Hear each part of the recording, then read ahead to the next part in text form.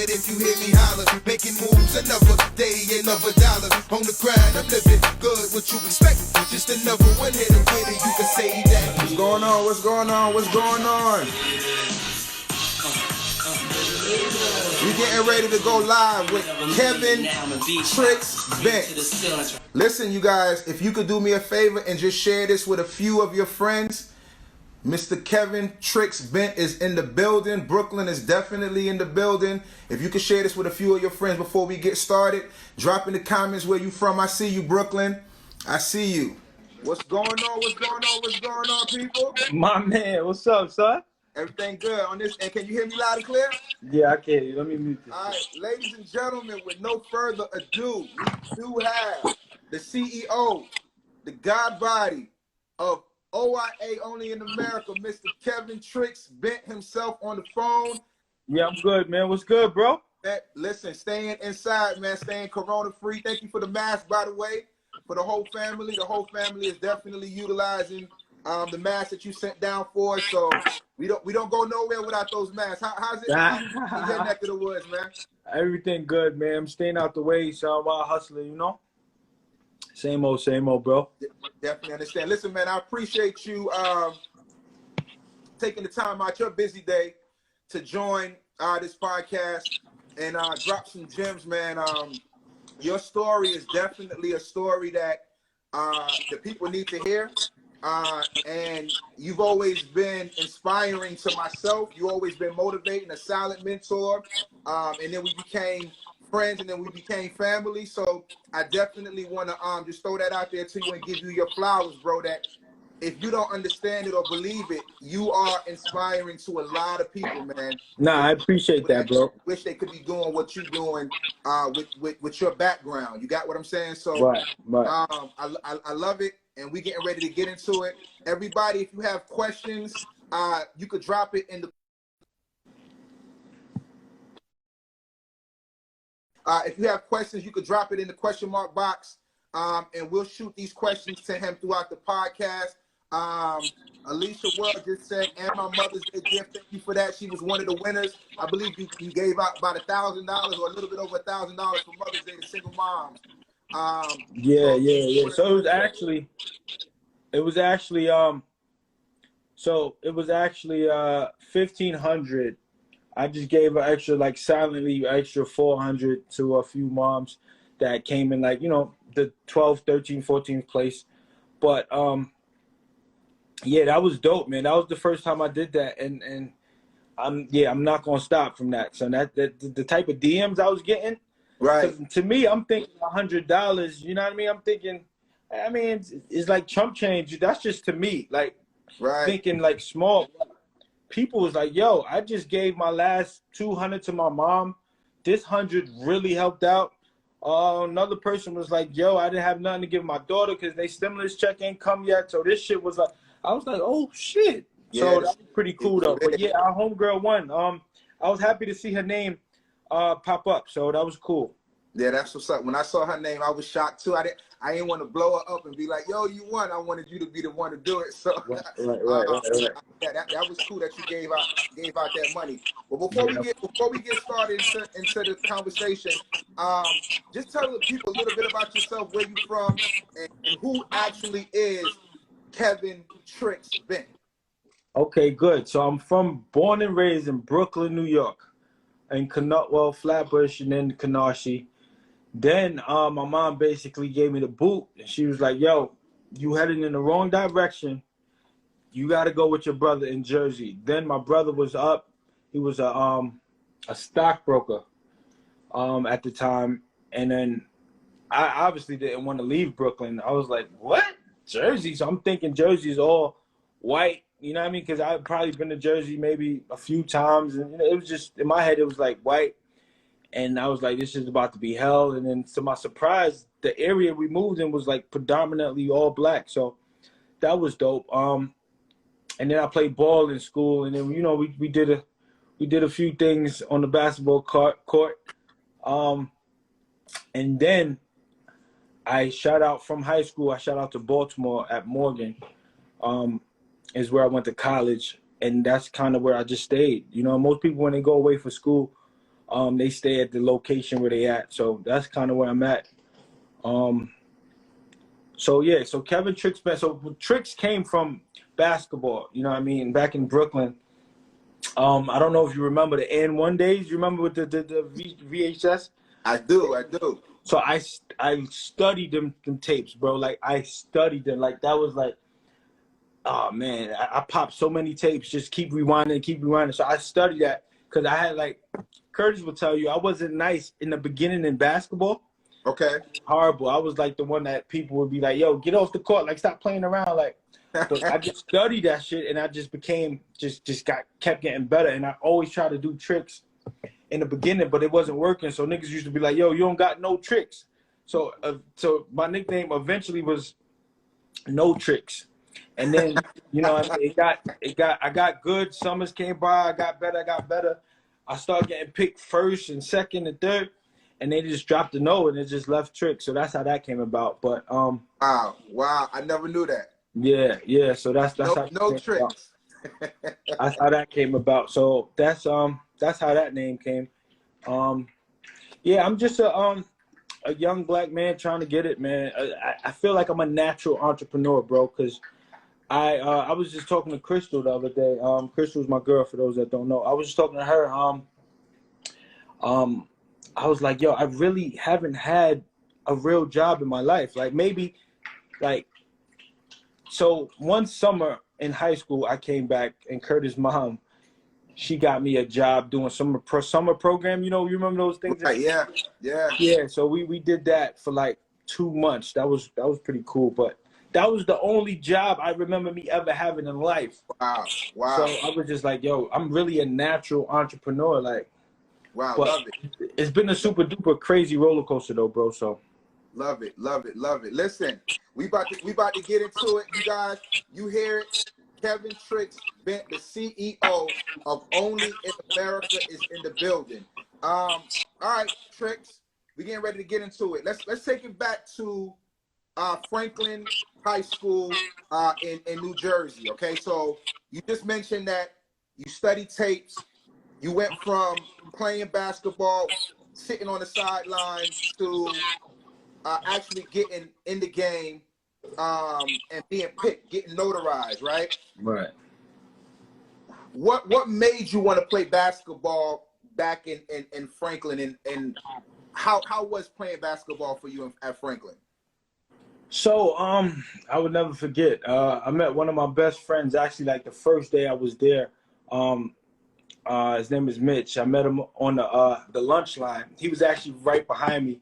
And, you know, I came to school like maybe I think 2 or 3 weeks late, like when school started. So everybody already clicked up. And so I was just there dolo. And, you know, I don't know if you know, but when you go to a different school and you're the new kid, there's a whole bunch of whisper. Oh, that's he's. So I kept hearing that like throughout the day. And then in lunch, I was just there and I just kept hearing whisper. Oh, that's the new guy, blah, blah, blah. And then my man Mitch was like, yo, dog, like, you want to come sit with me? We in the senior lounge. I was like, sure, like, that's cool. So I went with him in the senior lounge. I met his friends and we met friends. And then after he was like, yo, we playing ball after school in the gym. Do you want to play ball? I was like, yeah, fuck it. Yeah, let's go. So, it's just like it was yesterday. So after school, we all went to the gym. We was playing ball, bro. And being from New York, going to like, I guess a Jersey, it was just my style of play was I'm crossing niggas over. Right. Whoa, like, you know what I mean? I'm head faking them. You know what I mean? They like, what the fuck? You know what I mean? They're good, but like the style of play I had was totally left. Like they was just like, what the fuck? Right. So so that I was like, yo, I really want to play. And then tryouts came about like maybe a month later for the team. And it was freshman, JV, and varsity. And you know, when you're a freshman, normally you play freshman. So yeah, I made the team. I got picked up as a freshman. And the coach was like, you know what I mean? I think you should play both, like JV and freshman. So I started playing JV and freshman my freshman year. It was cool. I kind of didn't like going to JV because like I made friends with all my peers at freshman and we was just balling, having a good time. But sometimes they were like, all right, yo, Trixx, you got to go. You know what I mean? You can't play with the freshmen this game. You got to play with the JV, junior varsity. So that was like a gift and a curse. But so I started playing with the JV, and that's how that came about. Got you. So I'm gonna put some clips up of you real quick, right? Just a few shots of you back in Franklin, and I want you to just tell me your thoughts on these flicks I'm getting ready to post up of you. All right? Boy, came prepared. Hold up 1 sec. Let's see. All right, we're gonna throw that up there. What are we looking at? So this is senior year, Group 3 state championship, my MVP trophy, right? So the school never, I think the furthest the school went was like, I don't even remember. It was nowhere near the championship, but my senior year, I'm running things, I'm the point. Yeah, so this is playing at Rutgers. I think it was about 6,000 to 7,000 people capacity. So this is Group 3 state championship. We played against Cranford. Cranford was like number, I think 8 or 10 in New Jersey State. So they like if you was betting, and the odds was definitely like against us. Like they were supposed to blow us out and win by 30, and you know what I mean? Who is this Franklin kids, whatever the case may be. But we showed the fuck up that day, and we came to play, and I was MVP. What was your stat? You remember your stats? I think it was 19 points, 8 assists, 8 rebounds, and like 4 steals. That's what's up. That was dope. That was dope. It looks dope. To be honest with you, I can kind of get the goosebumps from how you just explained it. Now, just looking at that crowd behind you, right? You said it was full. It was full to capacity. You said what, about 6,000? 7,000. That's Rutgers University in Jersey. 7,000. How did this feel outside of just the game and winning this MVP trophy? How did this feel for Trixx at this time? What are you feeling right now? Yo, honestly, bro, I was so caught up in the moment. It was like a blur. Like, I really, like, hindsight going back, thinking about, I really wish I soaked it in, because my mom was there. My mom is a classic OG Jamaican. She don't understand what's going on. She just kept saying after the game, everybody kept saying Trixx, Trixx, Trixx. So that was her highlight, you know what I mean? But I was like, Ma, did you see me score? She was like, I guess, you know what I mean? But, yeah, in this moment, it was like a blur, bro. Like, again, we broke history. Like, it was like a super shock. I mean, when we was in the locker room, we was like, yo, we got nothing to lose. So I was like, fuck it. Let's go in. Like, every rebound, every ball on the floor, fuck it. They counted us out already. We had the whole Franklin at Rutgers. Like, majority of that whole, the people there was like, I think it was like 60-70% Franklin, because they was like, yo, we never had this. So like, we got escorted with the buses, the coach buses. We had cops. It was just nuts, bro.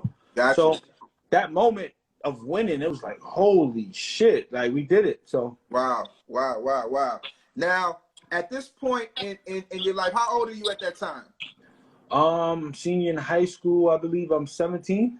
17, 18, getting ready to go to college. Now, you mentioned earlier that you went to Morgan. Was college a thought process for you, or was this a mind shift for you to do this? So, it's a good question. So, in like junior year to senior year, so my junior year it wasn't the greatest, but it was decent, because the summer before I was supposed to, I didn't stay in Jersey. Like, I went to New York. I was in New York all summer. I was like, because I was supposed to stay with the team in Jersey throughout the summer and work out and play. And I was just like, nah, coach, I'm going to go to New York and practice and all that. But I didn't at all. So, I mean, during that moment, I wasn't thinking of college. I was just kind of in the moment, playing ball. I think later on towards my senior year, I was like, all right, what I'm going to do after this? Like, because this is about to be up. Right. So I think towards the end of senior year. Okay, so now let's fast forward a little bit. We get to Morgan State. Is it Morgan State University? Right. We get to Morgan State University, and with me doing my research, you went in as a business student. Right. What was your mindset as going into college, freshman year in college, from coming from Franklin, MVP, 7,000 people behind you, you the star on a basketball court, you get to college, and your degree is, your major is as a business student. Are we playing basketball? Are we trying to go business, the business route? Where are we at right there? So that's a great question. So I went to Morgan and I spoke to the coach. So all right, let me back up before. So with scouts and how scouts work in like high school, they look at you your junior year. And mind you, my school wasn't on the map at all. We never won shit or nothing like that. So no scouts wasn't coming. And my coach kind of wasn't reaching out to scouts like, hey, come on, I think we got a squad. Because I don't think he knew that what was going to happen my senior year. Because your senior year, all the scouts, they already picked they prospects already and stuff like that. So I went to Morgan, linked up with Coach, what was his name? Forgot his fucking name. But I linked up with Coach. I was like, listen, I want to walk on. You know what I mean? Give me a try. I played ball in school. He was like, perfect. It's cool. Let's come to some practices. Let's get it. So I remember I went to a practice, and I was guarding this kid called, this guy called Sam Brand, this white guy, got a gun. He was like a sophomore, and he's white, and he sweat profusely, bro. Like, and his shirt was off. Like, he always, and I had to guard him. The worst fucking experience ever, son. So I'm guarding him, like, he's on me, and it's just drenched. I remember that vividly. But so we played, and I was supposed to, and they was like, listen, we don't got a scholarship for you now because the scholarship is gone, but you stick with us, you keep playing, eventually we'll get you a walk-on scholarship. So I was like, cool. So they was like, all right, come, I think, because they did 2-day practice. And it was like, come like 4:30 in the morning for one practice. I was like, y'all practice twice a day and one is at 4:30 in the morning? I was like, all right, I'll see you. Never showed up. Never showed up. Never showed up. I was like, nah, I'm good, son. I'm fucking 6 feet. I go to HBCU. The chances of me going to the league, 1%. I would have to average 60 a game. You know what I mean? I'm like, yeah, I'm good. So that was it. Yeah, I was like, yeah, nah, that's it. So that was the end of that whole thing. At this point, basketball, you made it up in your mind that basketball is still in your heart, but it's not what you're getting ready to do at Morgan. Right. What do we shift to? Because now basketball is gone. Where are we now mentally at this point? I know the ladies is looking fly on campus. The parties is my man. Being at an HBCU as a freshman, that experience is kind of like unmatched, bro. Like, so there was these girls from PG. I didn't know what a PG was. So it's Prince George's County in Maryland. Okay. So, like, we met because, you know, I'm from up north, so I'm used to New York girls and Jersey girls, but coming down here and seeing like Baltimore girls and Maryland girls and Virginia and Cali, they were just different. They dressed different. It was just like, wow, this shit is amazing. Fuck this shit. Like, I just want to chill outside all day. So yeah, my first month in school, I wasn't focused at all on like getting classes and nothing like that. So I was more so like focused on the ladies, you know what I mean? And then parties started to come around. So it started being like, okay, during the day is, you know, ladies and school and blah, blah, blah. But Friday nights and Thursday nights was college nights. The bus would come, everybody's going to parties. Right. So I was like, okay. So then I have a family member, Rude Boy, that's down here. Hold that thought. We're gonna get into it. Okay. So now mindset, basketball's gone. Freshman year, you guys just heard it. He's in school, and school is really not not saying it's not a thing for him because he's there, right? Right. Extreme nightlife pierces your soul. Yo, they gonna hire you for Hot 97. Let me find out, son. Let's do this. Let me find out, son. So yeah, so at first when I came, it was nothing about parties. I knew nothing about parties, bro. Like, I think what the first party I been to, like outside of New York, you know, under the basement bashment parties, was this oh shit, what's the name of this fucking club in Jersey? Forgot. My man Mitch, the one that I met the first day, he took me to this fucking club in Jersey, bro. And it's so racist. Downstairs is black people, upstairs is white people, right? So we go to the club, and I'm gonna come back to what I'm saying. And we go to the club, and mind you, this is like my first Friday in Jersey, bro. Like I got there Monday. This is like my first Friday in Jersey. So we go downstairs, we chill. You know, 18 and up is vibes, and I'm like, oh shit, okay, this is cool. So towards like, I'm in there for like an hour. Security like, hey, you come here. So I'm like, me? They're like, yeah, you come here. Like, what's up? So I go over there. They're like, come outside. So then I'm like, yo, I'm with my man. He's like, he could come too. Fuck it, you come outside, but you gotta come. So I'm like, all right, cool. So I go outside. I'm like, what's the problem? And there's this white chick over there, and she's like shivering and like not crying, but like you know what I mean? Like right. She just cried or some shit. So they was like, yo, she said that you touched her in a private part, some shit. I'm like, what? I'm like, yo, what you talking about? They're like, yeah, we waiting for the cops. You're gonna get arrested. I said, yo, son, you're joking. This is the joke. Like, no, this is not a joke. I'm like, yo, I never seen this fucking girl in my life. Mind you, I'm fresh from Brooklyn. You know what I mean? I'm like, I don't know this fucking girl. Like, what are you talking about? So she was like, wait, no, I don't think that's him. And then, long story short, they was like, oh, sorry, it's not you and all that. So I almost got arrested my first Friday in Jersey. Wow. Wow. I say that to say, I brought that up for a reason. We talking about extreme life. Talking about the club. So now fast forward, I'm at Morgan now. And so I'm not thinking about no clubs. That was the only club I kind of been to outside of New York. So that everybody's talking about the, you know, college night, you know, Thursday, the bus is coming, you know what I mean? And I lived in a dorm called O'Connell Hall, OC. It was kind of like the hood of the dorm rooms, but it was dope. Okay. We was like off campus.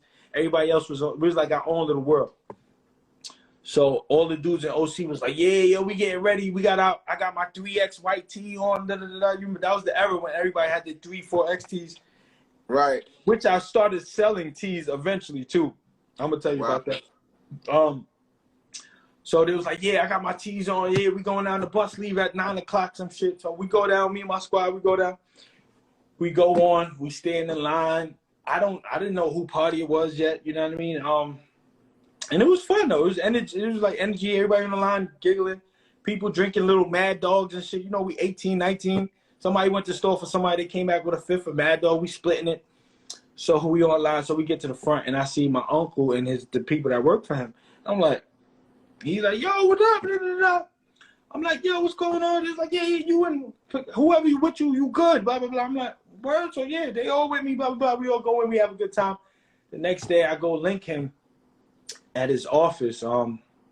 He was like, yo, listen, I want to make you the face of this. Like, you know what I mean? I think I heard that you got, you know what I mean? You're a little popular, you know what I mean? You got, like, you want to make some money? I'm like, yeah. I think he was like offering me like $500 a party. Back then in college, $500, bro.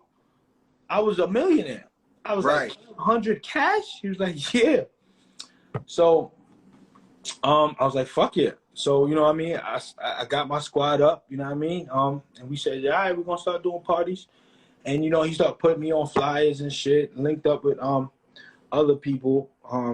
So at this point, after meeting your uncle at this club with Extreme Nightlife. So your uncle is Extreme Nightlife, right? Right. So you meet up with Extreme Nightlife.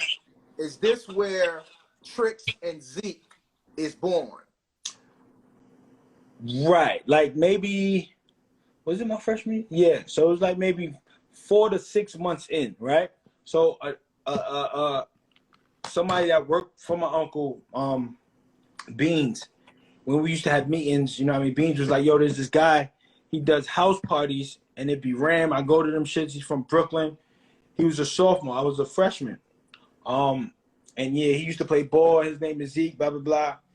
And and my uncle was like, "Yo, go with Beans and go to the party. Let me know what you think. And you know what I mean, if it's official, let's bring him apart." We went to it. It was a house party. It was like a Friday night.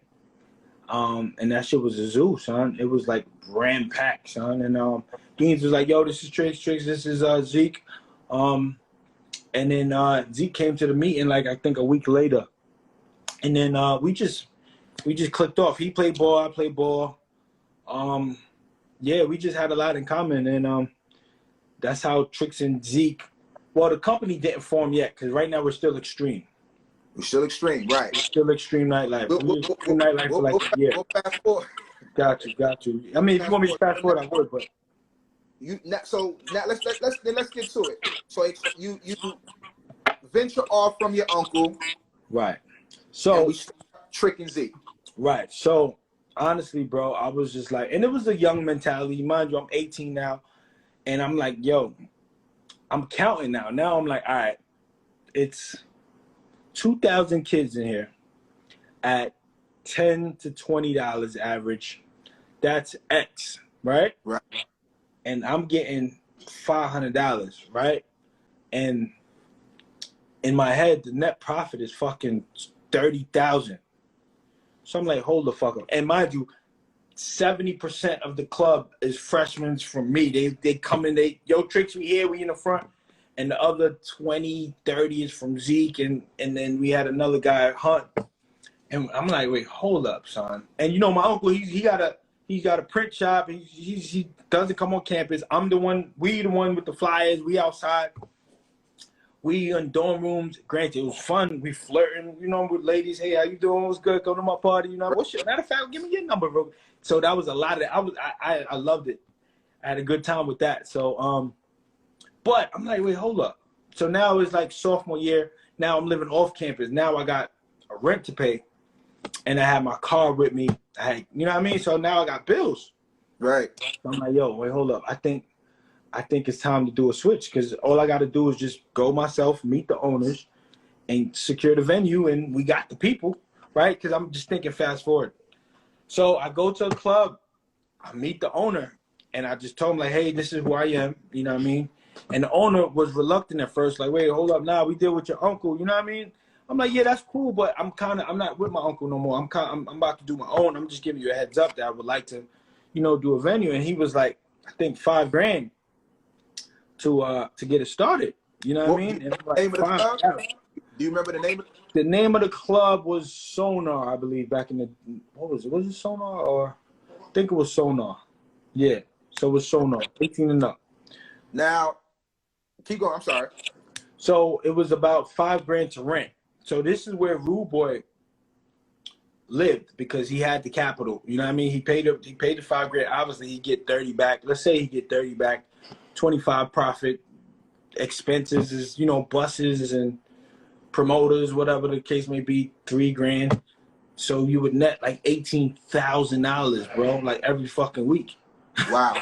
Wow. You know what I mean? So I was like, all right. So I went to Zeke and my man Hunt, and I was like, yo, listen, $5,000 is an investment. Obviously, we could ram the place. Let's find it. So we found it. We paid it, and that was the start, bro. So then it was the union before Trixx and Zeke. So the union was me, Hunt, and Zeke. So that was an 18 and up group that we started. Right. Gotcha. So that was the union. Okay. Yep. So now I'm gonna bring some names up, and you tell me what you think when you hear this, right? Because I know you now for the clothing line that you currently own and what you're doing now with your brand, right? But I see in your history when I did my research that there were shirts that were flying around back in the days that said "B-More don't love you, New York don't love you." Yo, son, you work for the feds? Yo, this nigga all crazy, son. Trixx and Zeke. It was Zeke. Trixx. So I see doing my research, everybody wearing these shirts. So talk a little bit about that.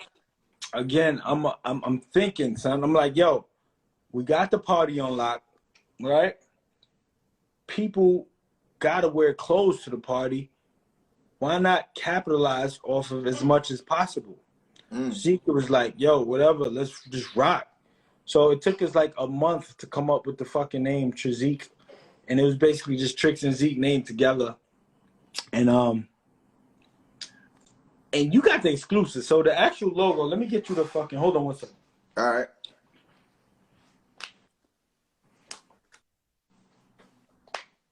Listen, y'all, any questions that you have, drop them in the question mark box, and we'll definitely get it to him. I'm just warming you guys up to who this guy is. This guy is phenomenal.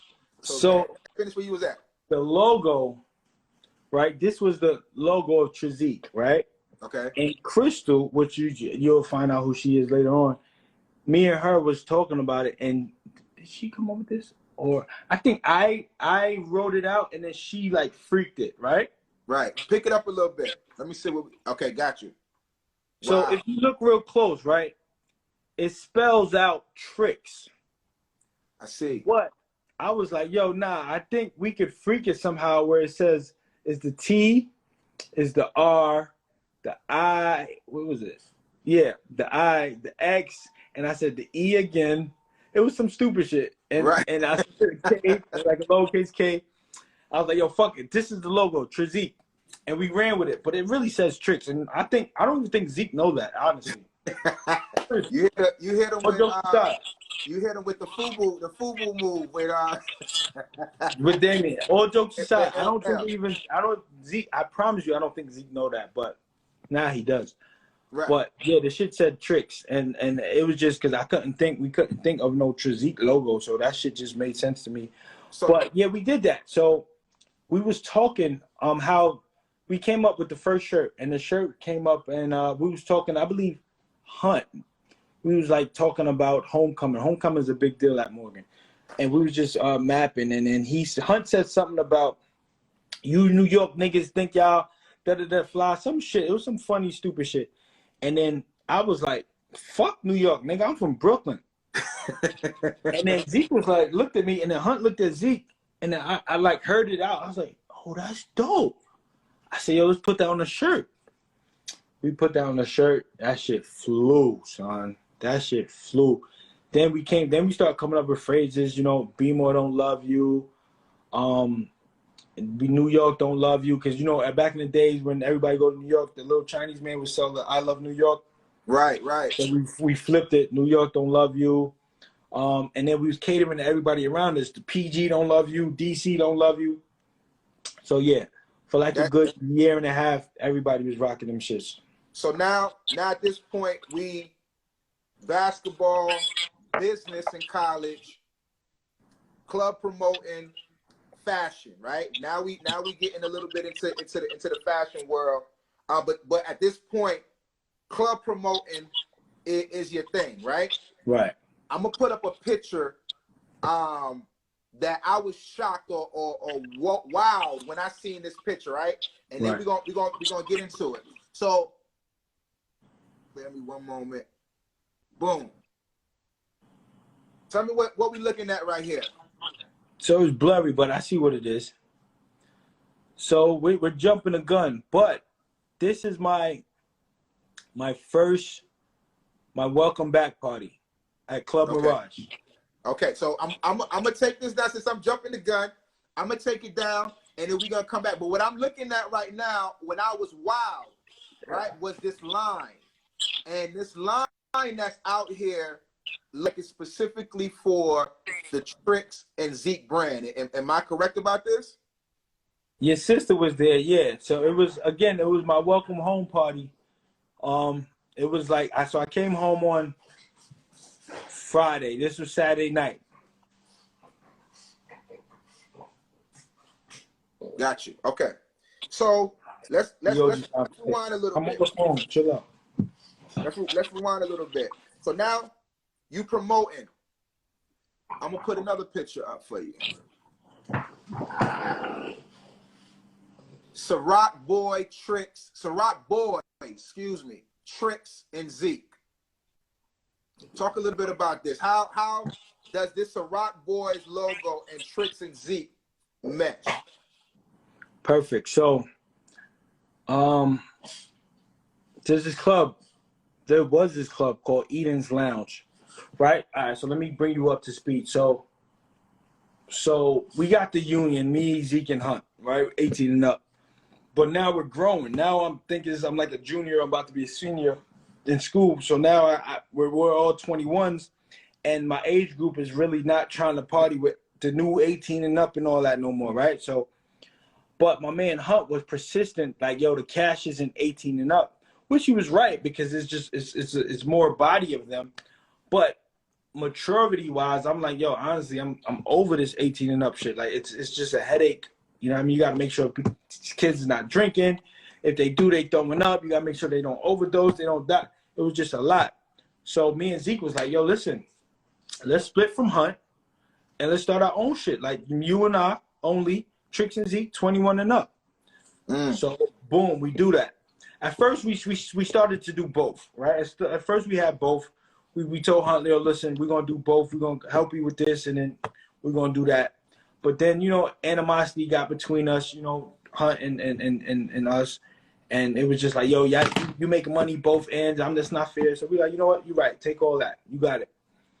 So we branched off to Trixx and Zeke. Now it's 21 and up. So we started, before that, I was doing, I was doing 21 and, before I brought Zeke on board with that, I was doing this club called Red Maple with this guy called Ryan, who was in the Rude Boy camp as well. Okay. He was 21 and up at this club called Red Maple. He was like, yo, Trixx, I would love for you to, you know, hop on board, help me out, some shit like that. And everybody else that, like, you know, Zeke and Hunt, it was cool with that at first. And then we was doing it. We was killing it, bro. And then Ryan was like, yo, I'm a, you know what I mean? I'm a bow out. It's obviously all your crowd now. Because he was an older cat. He was like, okay, I'm going to bow out. You know, it's obviously all your crowd. Do what you got to do. I said, perfect. Let's do that. I said, Zeke, hop on board. Let's do it. Zeke said, you fucking right. So now we're doing 21 and up at Red Maple, right? So Red Maple was around the corner from Eden's Lounge. So Red Maple was this white owner called Leonard. And he it's not that he didn't want us there, but he would rather us not there. But we would make so much money on a Monday. You know what I mean? Because, you know, black people, we drink the drinks. We're not the white crowd. We don't drink the beers and all that. We want the champagne. We want the Hennies. So his bar would ring off. But what Leonard would do is when I forgot the name of the college, every year this college would have this specific, this special Monday. And this was Mondays.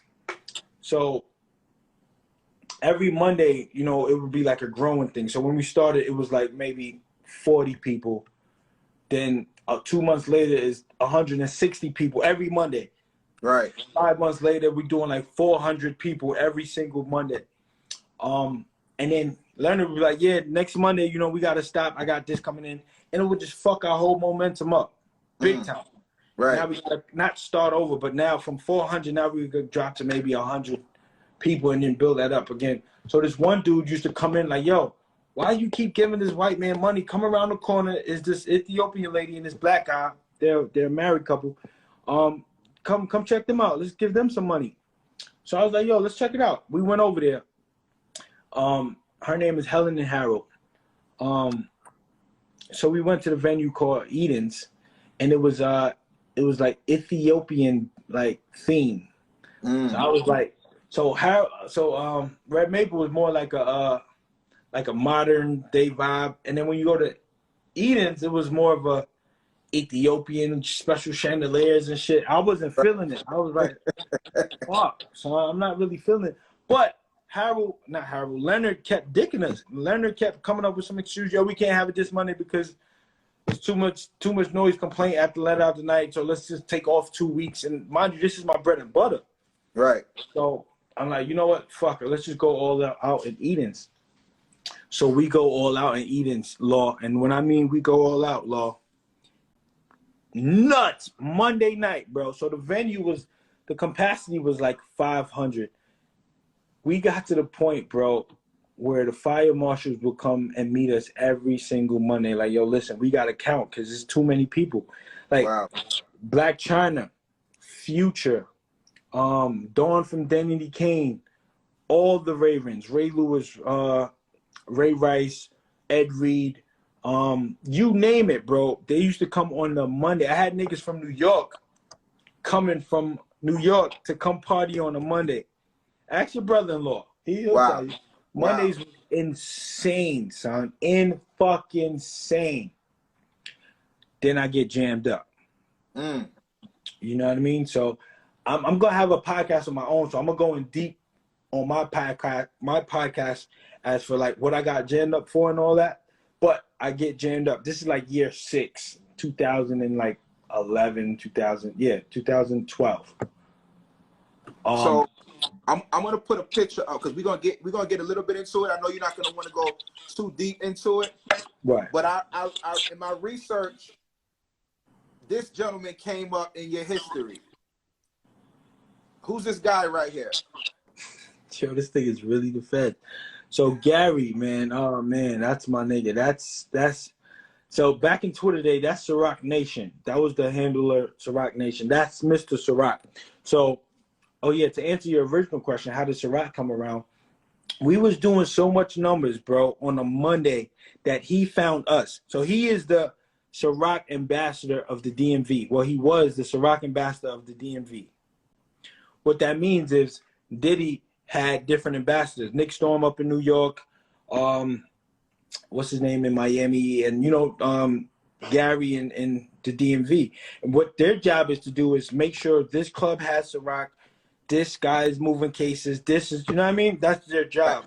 Whoever's moving units, go find them out. Let's get them a check. Let's build the brand. That's how Diddy made so much fucking money, right? So Gary sorted us out. So I remember this like it was yesterday. So after the club one night, Helen was like, yo, Gary want to meet you guys. And I'm like, Gary? Who the fuck is Gary? She's like, yeah, he's a representative from Ciroc. And this is when Ciroc was just starting to buzz. He was like, yeah, you want to talk to him? We was like, yeah, let's talk. So we had a meeting like 3 days later, and he was like, yo, what you guys are doing on the Monday, big clubs in DC is doing for like 3 days combined. Wow.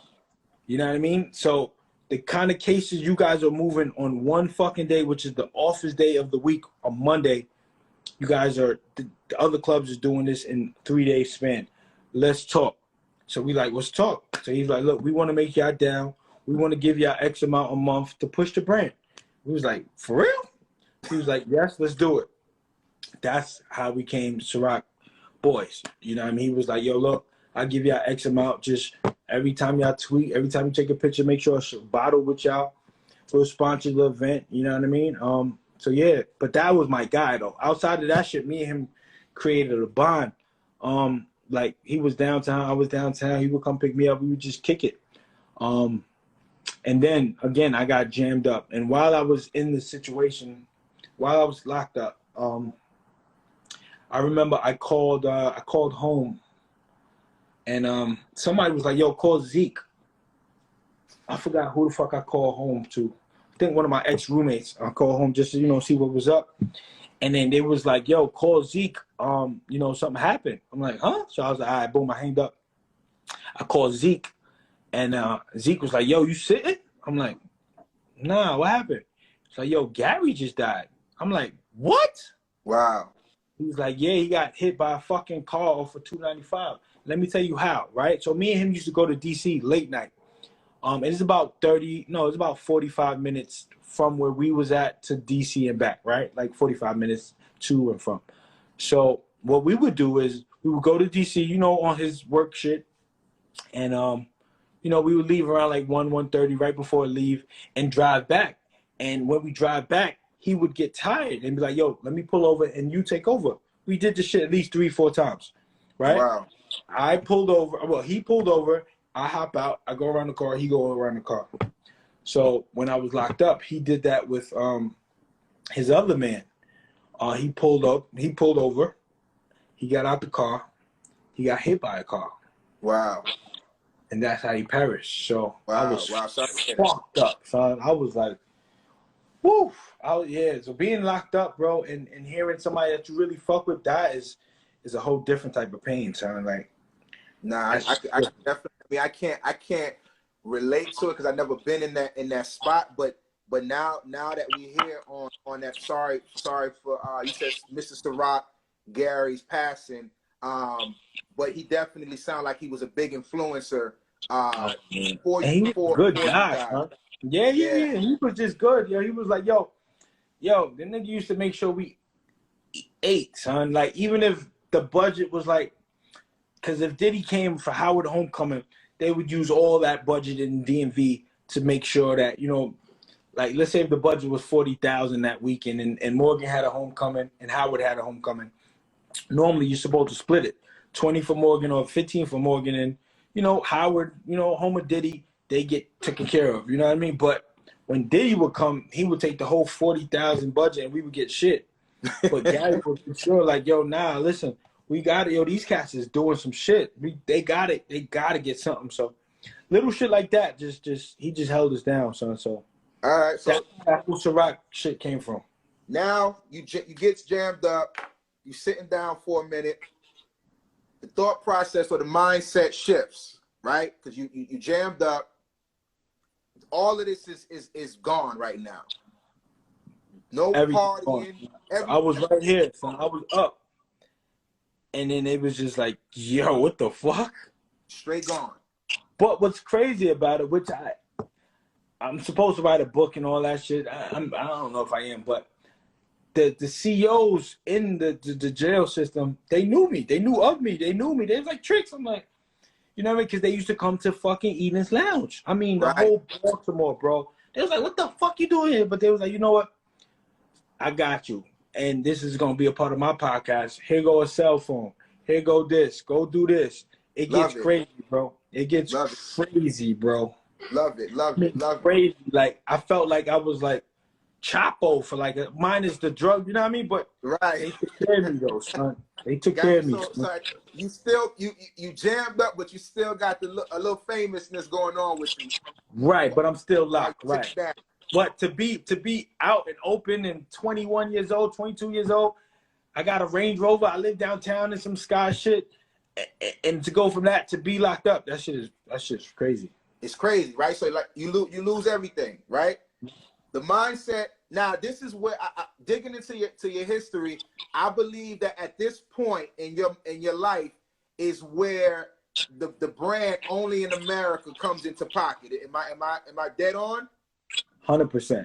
Okay, so Only in America comes into your mindset. For those who don't know, Only in America is the brand. It's a clothing line right now that is doing extremely well. Talk to me a little bit about Only in America and where that's at in your mind while you're sitting down behind bars. So the first 3-4 months that I'm in there, right? I'm not thinking about shit, but just to get out. You know what I mean? My mom didn't even know I was in there for like the first 3-4 months. But when I would call, I would get somebody, because my phone was home. I would get somebody to, when I would call my phone, they would call my mom on three-way. And she started getting it because she kept saying, yo, I called you, you didn't pick up. You know what I mean? And I'm like, nah, ma, yeah, I was asleep or some shit like that. Anyway, I eventually I told her, and it was what it was. And then, so now it's like maybe, so now, hold on, buddy. So now it was like 4 months left of my my stitch, my little bid situation. And me and a couple guys, a couple of my buddies, like we never ate that food. Like I don't even understand how that shit is even legal. Like the food they got there, bro, is like I wouldn't give my dog that shit. Like it's really bad. Wow.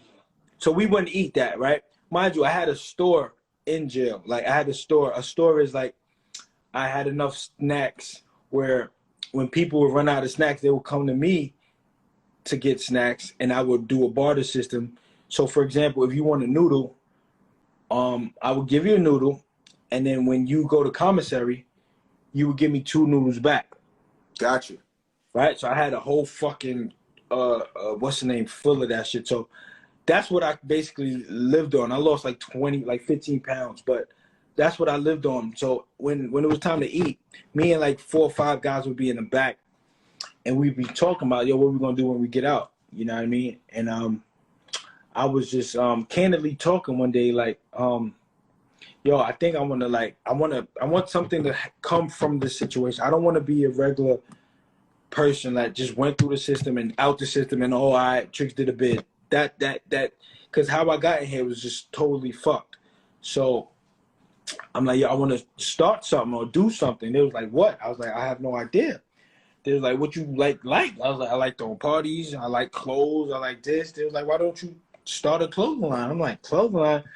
I'm like, so when me and Zeke did that Trixx Zeke shit, it was like some fun shit. I didn't think, it was nothing crazy or serious. So I was like, okay, maybe that's a good idea, but what's the name? Like, what the fuck I could come up with a name? Like, the name is kind of everything in my opinion. So they was like, I don't know, think about it. So it took like 2 weeks. We're talking again, candidly in the back, and we were just talking. I'm like, yo, you know what? Because I think it was like, yo, with my situation, I was like, you know what? Only in America can you lose everything, but gain it right back. They was like, oh, that's it. Oh yeah, they called me New York. So they was like, yo, that's it, New York, that's it. I'm like, what's it? It was like, only in America. I'm like, oh shit, that is kind of cool, son. Only in the fucking America. So that's how that came about. Love it, love it. Oh, so only in America.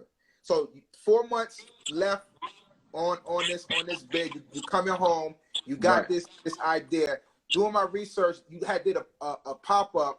And I wish I had a picture, but it looks like you had a lot of different drawings or sketches for Only in America. So it looks like you took the Only in America thought and you put it to paper while you was sitting in those cells? Right. Okay, so you put it to paper, you leave the cell, you leave the jail system, everybody, when you leave in jail, everything goes in the garbage, and you on That's your way. funny you say that. So I left my whole commissary. I told my niggas in my little thing, I forgot the lingos. It's been so long, but I told everybody in my little, like, it was like my, not a room, but like my area was like my bunk buddies, whatever. I said, yo, y'all is free for it. Y'all take everything in the store. Y'all do what y'all gotta do. But I just need this folder, just one folder. You know what I mean? This folder's coming with me. My clothes that I had, my whatever. Everybody, y'all can have whatever, because I'm leaving in the morning. You know what I mean? Right. So yeah, I gave everything all out, but I had this one folder with the drawings and the sketches of what I was thinking I wanted the shit to look like and how I wanted the shit to be and shit like that. Now I'm gonna put this picture up. Boom. Only in America. This is this what is in the folder? That's exactly what's in the folder. So again, we're in the back. So now it's like 3 months and counting. So my every night, every day is thinking of what I gotta do to make this shit pop and what I gotta do and how much I gotta do, and I'm gonna be a gazillionaire, right? So I'm thinking about this shit. So I'm like, all right, I got the name, I need a logo. Right? Right. So I'm like, what do Americans, in my opinion, fascinated with? Illuminati, right? Jay-Z, Beyonce, Tupac, everybody who's somewhat successful in their opinion is a part of Illuminati, right? I don't believe in this shit, but I'm like, they're fascinated with the Illuminati, right? So at first it was upside, it was the regular way, right? It was this way.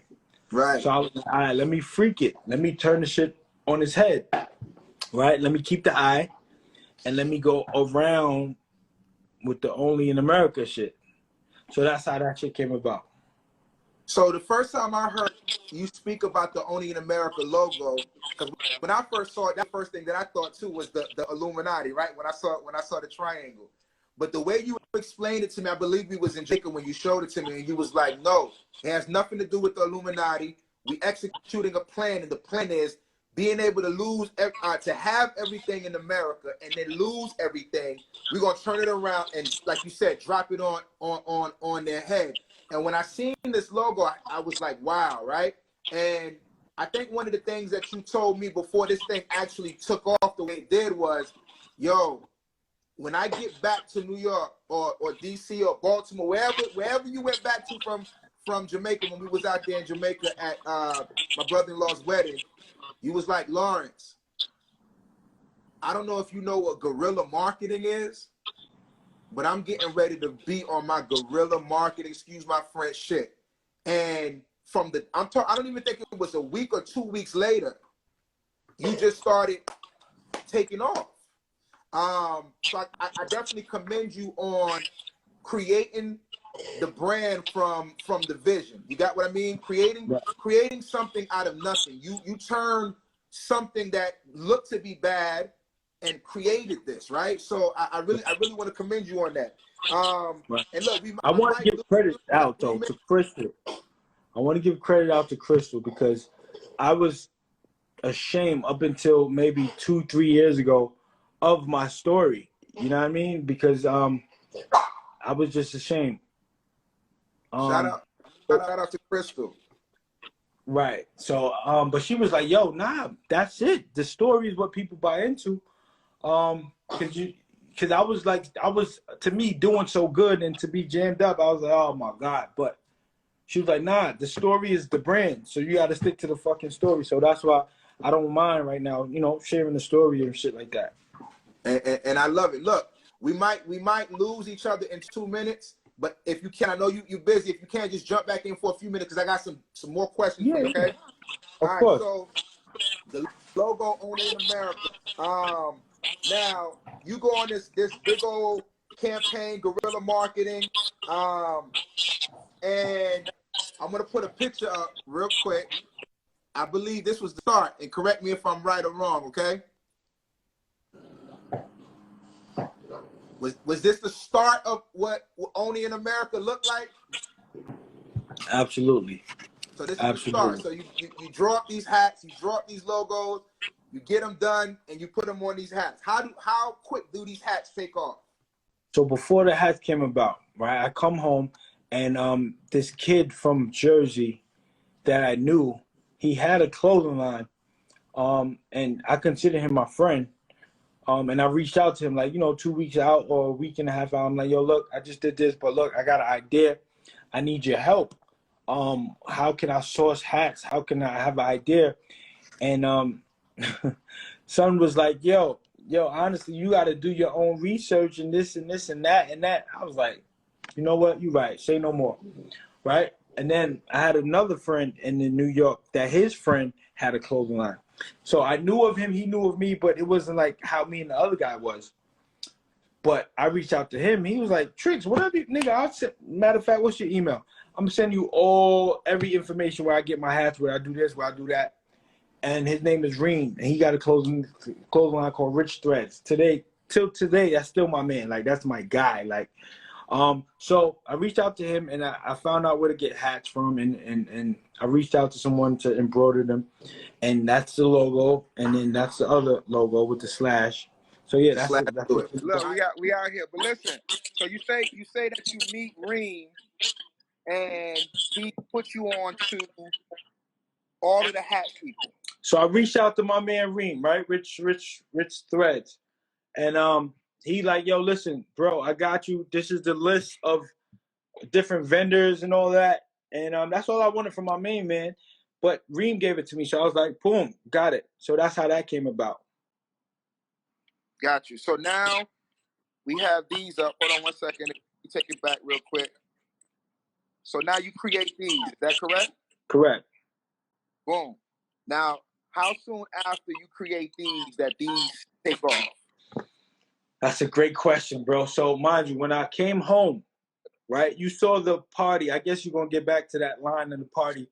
So to me, I'm thinking, this nigga's on it. To me, I'm thinking, right, I see this. Mind you, this is my second day home, right? And your brother-in-law was there along with your sister. And my nigga, it's ramp. Like, that's the club in Baltimore is called Mirage, right? That's like the best. That was one of the best clubs out here. But the capacity was like maybe 350, 400 No lie, we had about 600 people in there. This picture was taken around 11 o'clock. I think we reached capacity. I think so, around this time. But so in my head, I'm like, yo, niggas got love for the God, so fuck it. I'm gonna be a millionaire in 2 weeks, right? I start doing the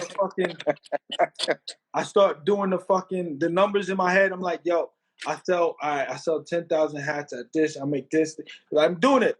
So I come out and maybe like a handful of people cop, bro. Like maybe my cousin, and like 4 other niggas cop the hat. So I'm like, oh shit. It was like a awakening. I was like, all right, you know what?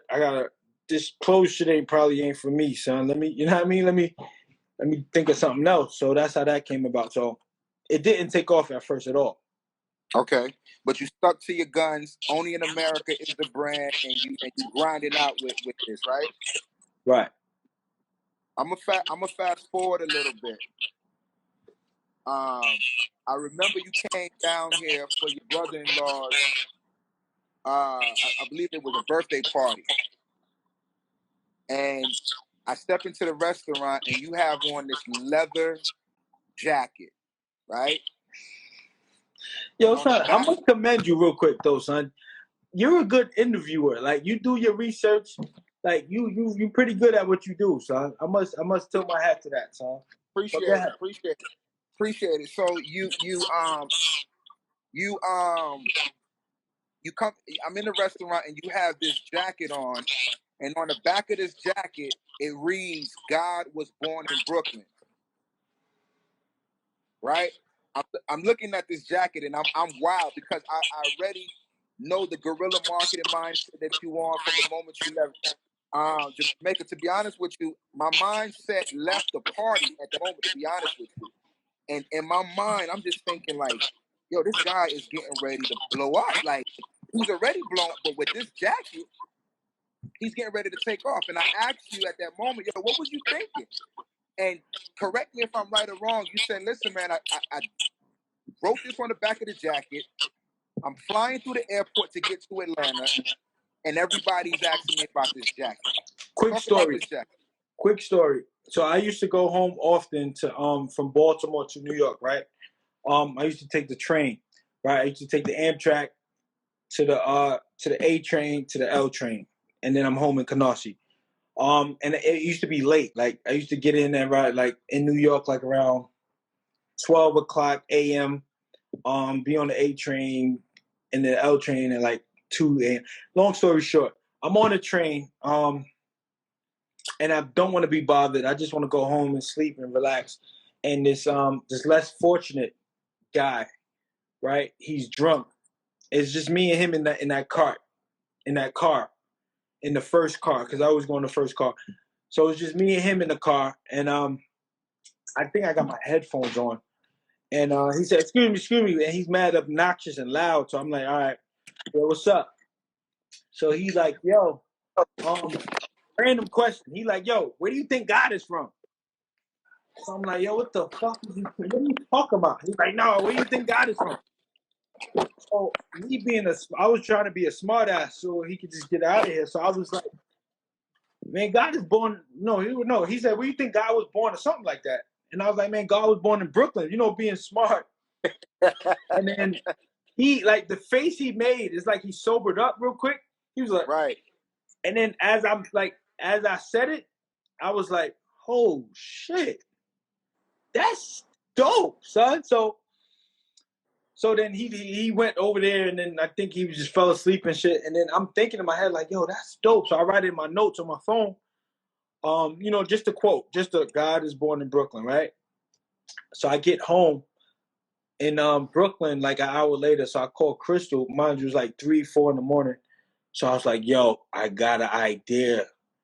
And this, I think my ex just gave me this leather jacket. Yeah, she did. My ex gave me this leather jacket, and you can hear me?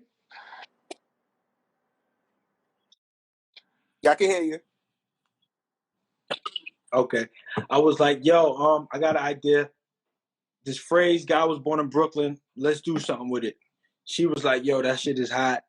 but what you want to do? I was like, I have no idea. I was like, yo, I'm going to Atlanta. Yeah, because I went to New York to leave to go to Atlanta. I was like, I'm going to Atlanta in like 2 days. And she was like, yo, just let's write it on the back of the jacket or some shit like that. Wait, wait. Yeah.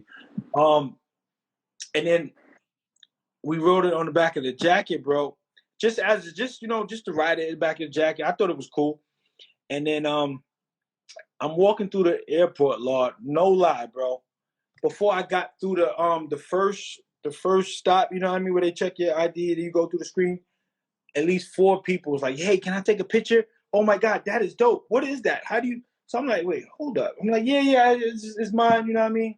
They was like, you got a website? Like, it was just like I was like, holy crap, I think I got something. But I was like, maybe not. Maybe these people are just extra because I was in New York and, you know what I mean, I'm going to Atlanta. I get past the gate. It's happening again, bro. I'm like, okay. And then I'm like, what is going on, right? I get on the plane. I land in Atlanta. I get off of the plane, the jacket. Now I'm like, okay, I think I really got something. I'm walking, and these 2 girls that work for the airline, for the airport, they're like, God is born in Atlanta, you know, with their little accent and shit. So I'm like, okay, this is a controversial, but like, it's kind of dope. And I'm walking, then I get there, and I don't think I showed your brother-in-law yet. I'm not sure if I did or not. Maybe I did, but he was just, you know, he's like my number 1 supporter. He was like, yo, this shit is amazing, blah, blah, blah. So then we go to the dinner, and then you see it, and you give me the, you know, like, yo, that shit is dope. Then we go to at night, we go to the club, and then he was like, yo, let me wear it. It's my birthday. I'm like, sure, I don't care, whatever. And you know what I mean, that happens all the time. He always take my shit and wear it. Well, that's a different story. But Curtis, what's up, baby? But he wears it, and you know, it's his birthday. He's standing on the table, on the couch with the bottles and the jacket, and people just going there like trying to take pictures. And I'm just looking like, oh shit, mind you, this is day 3. Like this is when I just wrote it.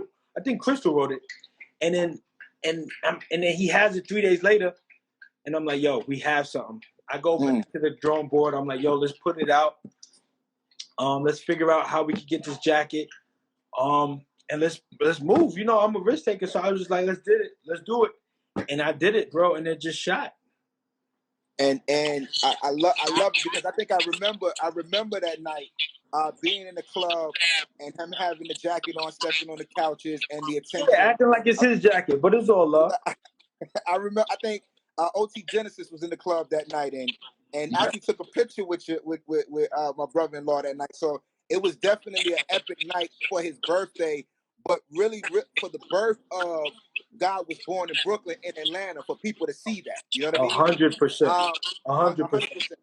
Love it. Now I remember you, because I always, like I said, you like a mentor to me, bro. In all honesty, and I remember reaching out to you and you was telling me that Puff Daddy, and I don't have a picture to put up of this, but Puffy was doing a reunion, right? And you was like, yo, I'm gonna get my jacket to somebody in the camp somehow. No. Let me rewind. I remember you telling me, you was like, yo, Lord, this is gonna be crazy, but my mindset is to get this jacket to Jay-Z, right? And this is the mindset, and this is what I'm gonna do. I'm gonna get a whole band. I'm gonna get a band. I'm gonna have them playing this band. They're gonna rock through the Rock Nation building. They're gonna bust the doors down, and they're gonna give it to Jay-Z. And when I heard that, I was like, yo, this dude is crazy. But I understood where you was going. Like Kanye said, you don't got the answer, Sway. You had the answer. You had the answer at that moment. And right. I got a story about that too. If I'm not mistaken, if I'm not mistaken, I believe the first person of notoriety, if that's the word, was Lil C's that wore the jacket. Am I correct? Did Lil C's wear or Lil C definitely wore it. I don't know if he was the first. I think Ray from Money and Violence was first. Okay, so Ray from Money and Violence right here. I wish I could zoom the picture down. This is Money and Violence, and this is the back of the jacket that we speaking of. So Money and Violence back then, for everybody that don't know, was like the Wire version for Brooklyn. but it was like on YouTube. You know what I mean? So how we got that going, bro? Did he reach out? He DM me like, "Yo, I seen that jacket. What's up?" And I thought it was a joke because it was big. Money and Violence was big at the moment. So I'm like, "Huh?" He's like, "Yo, I need that jacket. I want to put it in the thing." I'm like, but he's like, "I gotta send over a paper for you to sign some shit so I don't sue some shit." So when I got the paper, I was like, "Oh, this is legit." So I signed it, sent them the jacket, bro. And like a week later, because they was like they filmed like the week before every episode. So the week later, the next episode came out, bro. And this dude, not only did he wear it, like he wrote it in the script. I was like, holy shit. So mad people texting me and hitting me like, yo, I just seen Money and Violence, yo. I need that jacket. Da, da, da. So I'm like, oh shit. Okay, so this is the start of it. And then fast forward, they went to the Breakfast Club with it, and then he had it on, and then Charlamagne said something about something. And then one of the other characters was like, yeah, guy was born in Brooklyn. Yo, stand up. And then he turned around and he got it on camera. That shit was like, I remember that now. I remember that it hit the Breakfast Club. And then, bro, after that, it just shot up. I came out with T-shirts because obviously I know everybody couldn't afford. At first, the jacket was like $300. I was just like, I think I was talking to Curtis about it and Crystal, and I was like, yo, you think it's too much? Like, they was like, yo, this is real leather. Like, because I was new to it. So I'm just like, yo, if I can make $20, $50 off of it, I won. Right. I was like, bro, this is real leather. Like, this shit could go for $2,000. So I'm like, I don't want to jump that. I don't want to do that yet. Like, when Jay wear it, then I probably jump the gun. You know what I mean? So after from 300, I shot up to 600. I'm like, yo, fuck it, the 600. People copping. Then I came up with the shirt version. You know, for people that can't afford the 600, you know, they could pay for a $40 shirt. So that did really well. And then Bad Boy Reunion came about. And then C's manager reached out. No. Zeke had because Zeke from that neighborhood. And Zeke had one of his buddies knew C's, and they knew Zeke knew me and all that. They was like, yo, Zeke want that coat. I mean, look. You can hear me? I hear you. Little C's want that coat. He want to wear it for the Bad Boy thing. I'm like, what? So the night before, I think I was in Baltimore, and the concert was like a Wednesday. I was in Baltimore Monday. We got him the coat Tuesday at Barclay when they was practicing. So I met him. I think I met him before though, but I met him again. Him and I forgot his other name, but they was out there. I got pictures of that, and they was like, "Yo, this is oh my God, I'm gonna fuck this shit up." I'm thinking he gassing me, like, you know what I mean? I thought he was gassing me. The next day, Crystal again, me and Crystal, my rider. So I made flyers, right, with the guy with one of the letters in the church, and I'm like, "Yo, listen, I wanna like fuck the concert. I'll play the let out on my club shit. You know what I mean? I want to play the let out, give people the flyers." So I think Little C was the last performer, bro. When he went on, my phone did not stop going off. They were like pictures, and this chick, what's her name from Hot 97? She's a what's the name? Not Angie Marr. Keep going. Keep talking. She fucking it's kind of weird talking to the chair, but yeah, I'll wait for you to come back, son. It's weird. Hold on.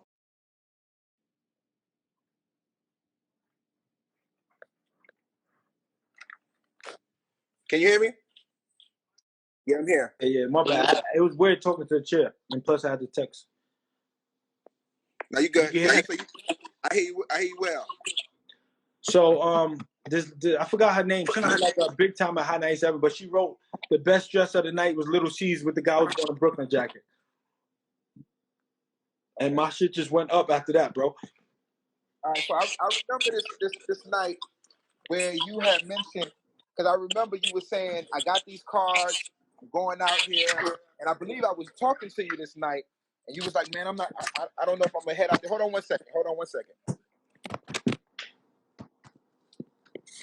Because I changed my situation up and I'm outdoors. I just want to make sure everything is charged up. But I remember you telling me you felt like the whole Barclays rocked and roaring when Lil C's hit that stage that night. My From the nigga, outside, you felt the presence of God was born and raised. 100%, son. 100%. And Chris was my witness, son. Because we was right there at the door. We didn't go in. I didn't want to go in. I just wanted to hit the let out on some club mentality, guerrilla promotion. I just wanted to hit the let out. But when he went on, I heard him, and it was just a roar. Like it was like Jade came out. Like I was like, whoa. Wow. And then the text message start coming like, yo, she's got your jacket on, son. It's on the big screen. So I was like, oh shit, we did that shit. I remember. Now I'm gonna fast forward a little bit, and there's another gentleman who wore this jacket, right? Boom. I can't really see. It's behind me, but tell me what this is that we looking at right now. So that's fabulous. He just shot the New York Nets commercial with the jacket on. What was your thoughts? What was your thoughts with Fab? Son. So with that, I had to shout out my homegirl Simone, man. I think she was in here. I'm not sure if she's still in here, but I have to shout out Simone on that one, man.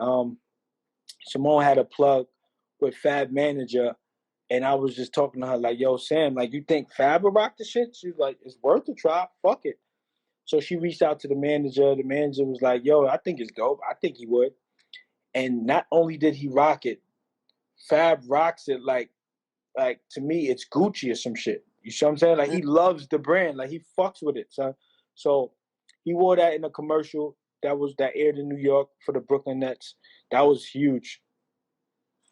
Love it. So I see here that you've been featured in a few magazines. Looks like you were featured in the Source magazine, the Complex magazine, and the Essence magazines, right? Right. I wanted to put that picture up too because the guy definitely deserves his flowers, you know, while he's alive, right? But tell me your thoughts on the Source. Let's start with the Source, because I mean, I remember being a kid and reading the Source magazine, and everybody was in the Source. Right. But to really see Kevin Bent, no Trixx, right, in this magazine, no Trixx, right, no Trixx, right. not even Trixx, no Trixx at this time, right.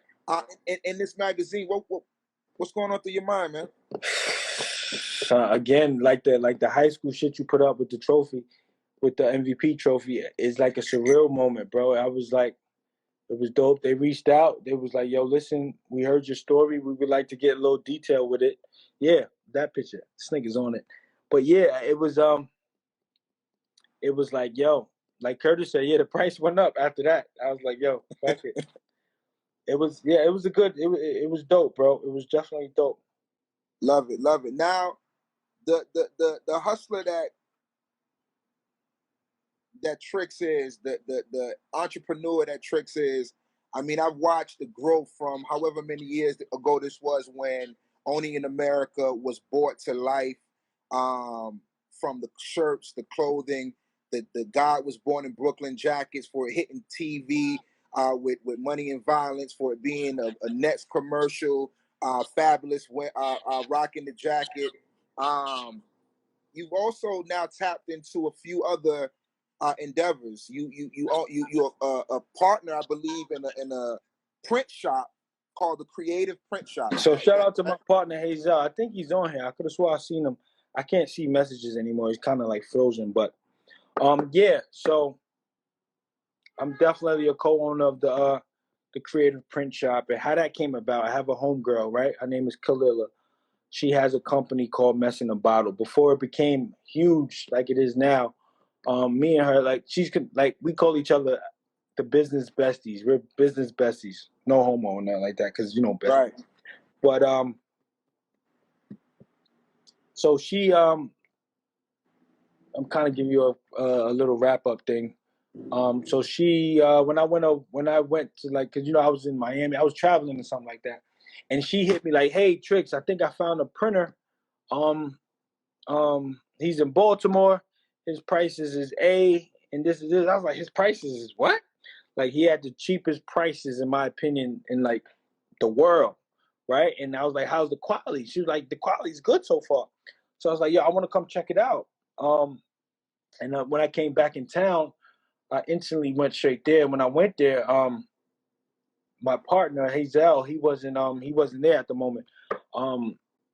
I work at Alex was there, and Alex was I thought Alex was the owner, and I was talking to him. He's like, "No, I'm not the owner," but he knew who I was, obviously, because of the parties. Baltimore is not that big, right? So if you're doing something like at a magnitude, like, people are gonna know you. So he was like, "Yo, I heard of you, blah blah blah. I never met you, obviously, but I heard you." I'm like, "Yeah, yeah, yeah." But he was like, "Yeah, Hazel will be here in a minute," and then Hazel came. And then I introduced myself. He introduced himself, and then it was like I wasn't thinking nothing of it. I was just like, all right, cool. Look, I need some shirts printed. Da, da, da. But then I think the next day it just went off like, yo, I think I need to be a part of a print shop, and I think this fits the best, because it's a win-win situation. I know a lot of people in Baltimore that I feel like I can bring this shop from A to B. Not only that, I have my own clothing line, so it makes sense to do manufacturing, and for me and him to build a partnership. So Love it. I pitched it to him at first. At first, he was like, a whole bunch of people's coming to me and da da da. But I'm like, listen, trust me, I'm not a whole bunch of people, bro. Like we could do something and we could do it well. You know what I mean? And then he was like, yo, you know what? Let's do it. And I was like, yo, what's the buying price? And he gave me a buying price. I paid it. Here we are. And now we're doing really, really, really well. Like, yo, me and him click. When we first started, because, I don't want to put his business out there. But, because he had the line, he had the shop for a while. Like, he started in his basement. And then, he started in college. Then he started in his basement. Then he had a shop. So he was kind of, doing it all by himself. So now it's like, Right. yo, I'm a partner. And no, I disagree with that, or I agree with that. It's kind of like, wait, you know what I mean? So the first year it was a little bit weird, but bro, we got the same goal. We trying to make our kids go to the best colleges. You know what I mean? So, right. And it just works now. You know what I mean? Wherever I lack, he pick up. As far as marketing, I got that, and he's a great printer. So here we are. Love it. Love it. I love how you connect throughout your journey with a lot of different people. Right. It doesn't look like you are about self. You mentioned that there was a gentleman that you reached out to, and we're not gonna, stick on that, but you reached out to him about the hats early, and he told you that you needed to go and study for yourself. Right. And that's what you did. You went out. Right. You had the vision from being in the cell. You had the vision. You put it on paper, and you made it happen all the way to this. So I love how your networking game is. Not only are you a partner in creating print shop, but I believe you also just opened up a studio. Right. Called Air R&B? Studio R&B. Right. Studio R&B. Talk a little bit about that. So my guy Damon Rice, right? So he used to take parties for me at the he used to take pictures for me at the parties when I was doing the parties. But come to find out that he does much more than that. And he told me that he's a photographer outside of the parties thing and all of that. So when I had to close, he was like, yo, I could take some pictures for you and all that. So I was like, sure, let's do it. And then, he's just been taking pictures ever since. But I noticed every time we had to take pictures, he would have to call his friend to get a studio. And then we would have to pay the studio. And I seen that he wanted his own studio, right? And I talked to him about it. He was like, 100%, that's the goal. That's what I want. So behind his back, unbeknownst to him, I was looking, right? I was like, you know what? I got a couple dollars, because you know what I do with my money, right? I think money in the bank is useless. All they do is use your money and double it, right? So right. I treat the same mentality with my own money. So when I would have a influx of X amount of dollars, right? instead of putting in the bank and just looking at it for no reason, I would fucking put just enough to pay bills in the bank and flip the other shit. You know, Talk people that talk. constantly flip. So I was like, all right, boom. I got a couple dollars. You know what I mean? I already bought into the print shop. I have some extra over. I have a little bit extra over. Let me get a studio with Dame, right? Because now it's a one-shop shop. I print my clothes and I can shoot my own shit. It's a win-win. I don't have to pay nobody. I don't have to go nowhere else. And Dame is my guy, right? So I found the studio. Got him the studio. He's seen it. He loved it. So we became partners with that, and then here we are. So now what I'm in, and you getting the kind of the exclusive between Dame, Hazel, myself, and Crystal. We're kind of making that Amazon of fashion type shit, where it's all right. You have a line, we could print your line. Not only can we print it, we could take pictures for it, and we could do marketing for it. So you literally have to do nothing but just promote it. If you want. If you don't want, we can promote it for you. So we're kind of a mix of doing that Amazon style. So what you saying is, I got a line, right? I'm in Chicago. Right. Don't have a place to shoot, studios or whatever. Really don't have the models or anything like that. I get with you guys, studio R&B. You guys take the clothing line or whatever it is that I need. You guys put the clothes on models. You take the pictures. You put it out. You have a concept, right? Apple products, right? You send Apple products the concept. We get you a mock-up. We print your mock-up, right? You approve it. Then we print your whole situation. Then we have a catalog of models. You pick like, all right, I want one, I want four. It's like a menu. Genius. That person to shoot, and then I don't like him. Oh, but I like him. I want him to shoot. Boom. So we print it. After we print it, we take it to the studio. We shoot it on the flat lay, and if you would like, we shoot it on the model. After that, if you would like, we could do your marketing ads and all that for you. Then we send it to you, and you can sell it out your trunk, or you can just wait till the sales come in from the website. Love it. I heard about what you were doing with this, but I didn't know it was that detailed. So it's still in motion now. It didn't really come out fully yet, but it's still in motion. Wow. Yeah. Someone just said, "Oh wow, I didn't know you did all of that." I can't even see the comments. Yeah, it says, "Oh wow, I didn't know you did all of that." Sparkle in mind. So let's move a little bit further. If you could rob a cemetery, Trixx, for a piece of genius, are you still there? I'm sorry. Yeah, say it again. If you could rob a cemetery for a piece of genius, what would you take and who would you take it from? If I could rob a cemetery for a piece of genius,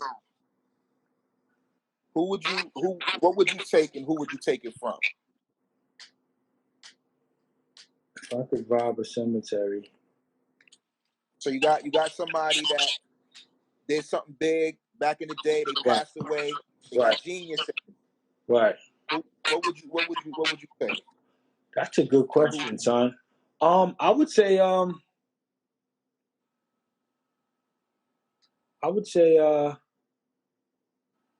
Einstein, son. Wow. Because like the way that he cracked the code with like numbers and like it's like unfathomable. Excuse me. Right. Yeah, like I would say Einstein. Just off the whim. Obviously, I would want to think more on it, but off the whim, right? I would say Einstein, son, because that's straight pure genius. And no matter what avenue that he put it in, or put like, it's just nothing but perfection and genius that would come out of that. So, yeah, I would say Einstein. Love it.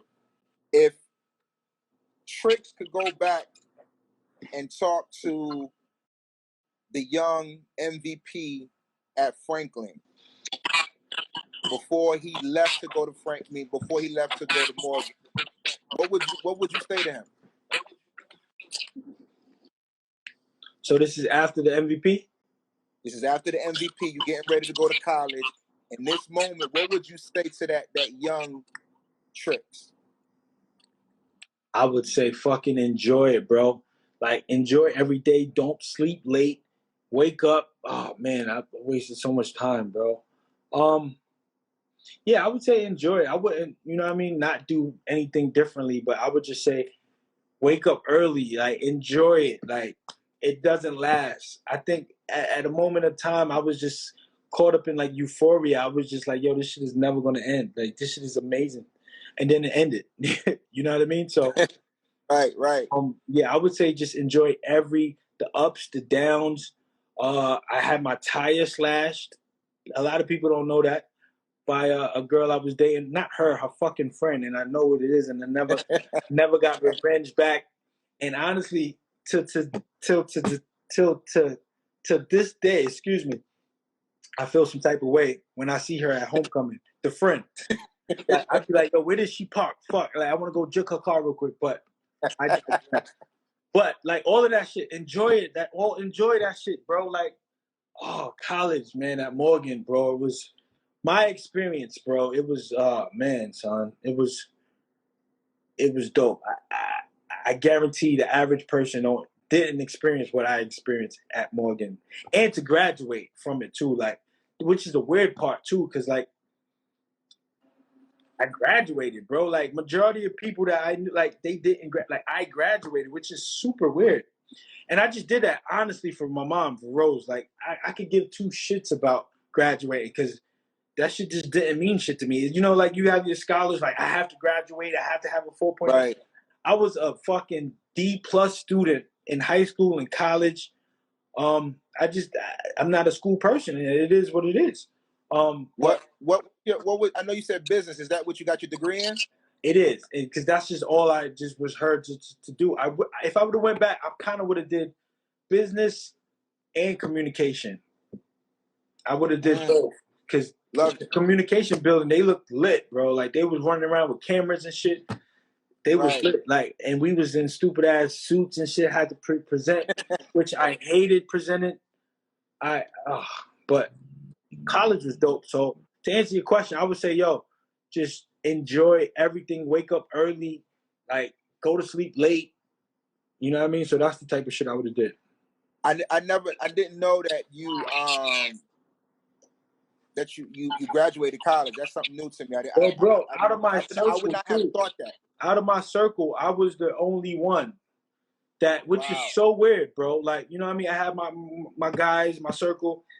I was the only one, my inner circle to graduate, which was super weird.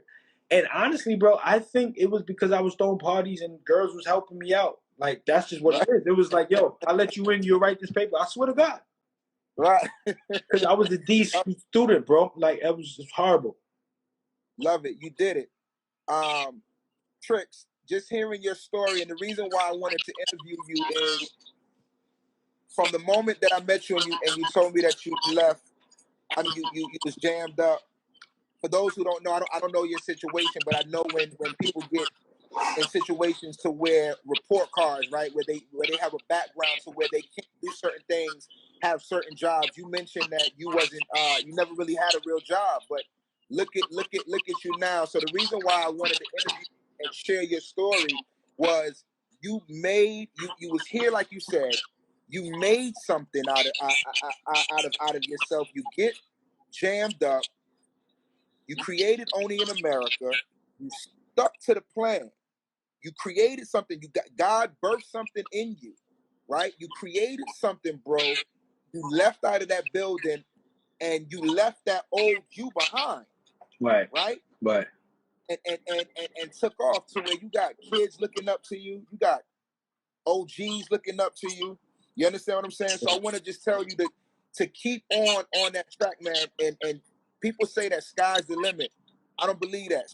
The skies can't be the limit if there's footprints on the moon, bro. Right. So that's just people's perspective, right? So I don't really put people's perspective on me. You know what I mean? Because people's perspective is just what they see and what they can fathom.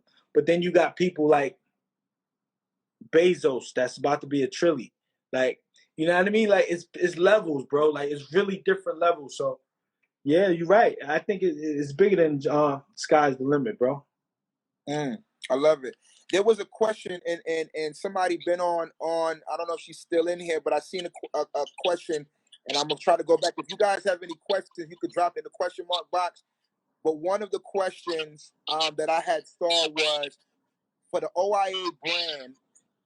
Are you going to make more fitted wear for the women, for the ladies? I see that you got a God Was Born in Brooklyn purse. I want to just throw that out there, which is amazing.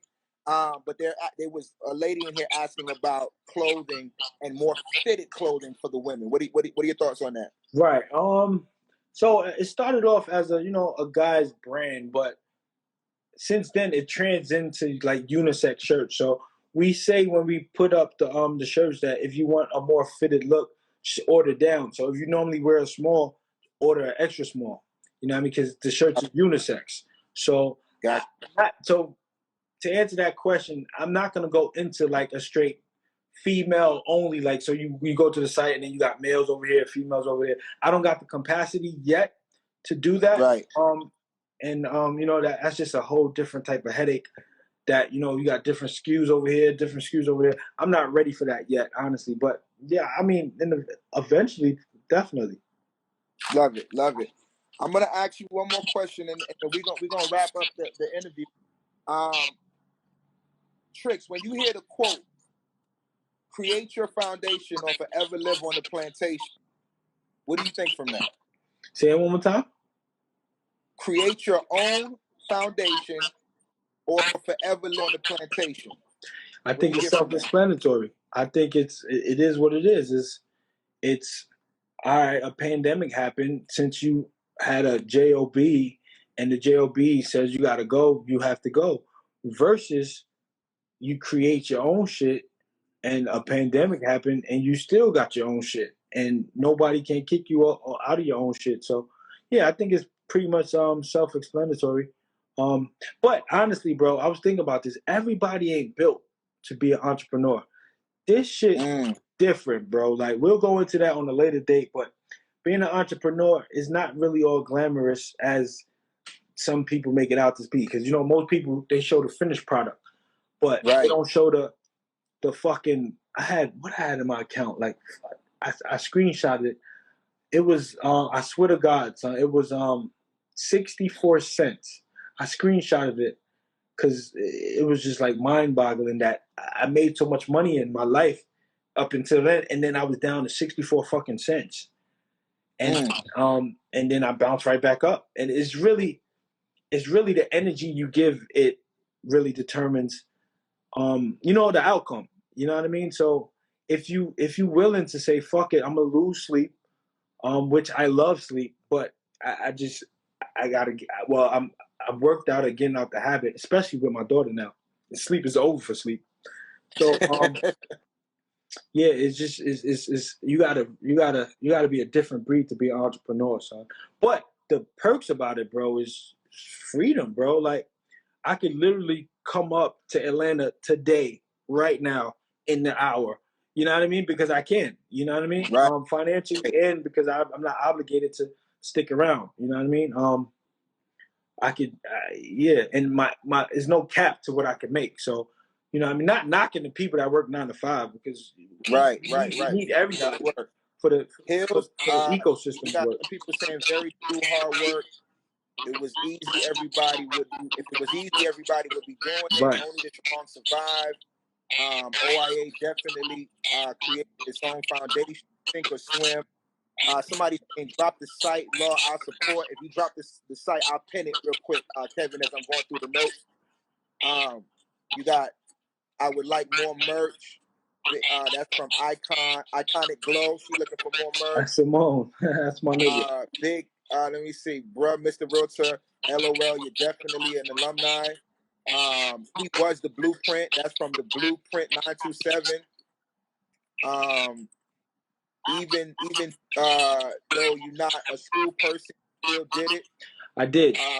Honestly though, bro, I want to son, and honestly, it's not like I just closed my eyes and did it. Without supporters like like, yo, people really fucked with me, bro. Like at school, and they didn't have to. You know what I mean? Whether it was parties, whether it was I was selling the hat and the shirt, people literally was like, yo, listen, I fuck with you. Because with brands, I'm realizing it's not like, oh, this OIA design is better than AOI or whatever. It's just the person behind it. Like, yo, I actually fuck with that person behind it. Like, and I don't think me myself, I don't think I really like basically thank, you know what I mean, like the consumers enough. Like, yo, thank you. Like, and it's not like, you know what I mean, your $20 is making me a millionaire. Not the case at all. But the $20, it keep me going. So out of the $20, I may buy $16 worth of material. You know what I mean? And the $40 I reinvest. But I needed that $20 to keep it going to the next level. You see what I'm saying? Love it. I appreciate every single body who even thought about buying some shit and just had it in the cart and they never pressed. I still appreciate it. Like, thank you. And it's just the sky. It's just I'm going past that sky shit. Like, I know that's like right. You thought that gorilla promotion shit I was talking about before? My nigga, Talk that talk. timed that by 3 right now. So with the machine that I'm building with my partners and all that, I'm working, son. Like, you know what I mean? And I'm the type to kind of, I don't really want to talk about a lot of shit before it happens, but yeah, Law, I'm working on some life-changing situation, bro. I love it. I love it, and I know, and I can't wait to see it, ladies and gentlemen. This was the story, and as you all see, he's talking about a podcast and a book and things of that nature of Kevin Trixx Bent. Only in America is where you can lose everything, but gain it back. Gain it motherfucking right back. Thank you, Law, bro. You did the thing. Yo, this might be a little. I know we talk a lot, but this might be a thing, bro. Like as far as like how you do your research, and because you stumped me with a couple situations. Like how the fuck you knew about that? Like you stumped me. Like you might work with the feds and all that, but you definitely. I fuck with the interview, bro. I appreciate it, man. And anybody who knows me personally knows I hate hearing myself fucking talk. It's just me, but I felt comfortable here. Like I felt good. You know what I mean? I gotta take DOG out too. He's fucking crying. Look, I wanna leave you on one more note. And then we're gonna check out. I reached out to you a few weeks ago, and this is how much I look up to you, right? And you younger than me, but this is how much I look up to you. I reached out to you. I created some merch for the Create Your Own Foundation of Forever Live on the Plantation, and I sent you a picture. And the picture that I sent you was a design that I had made up, right? And I don't want to put it up because the one we got now is bananas. You should show the before and after. I just did that with my homegirl, my female best friend, Simone Iconic Glow.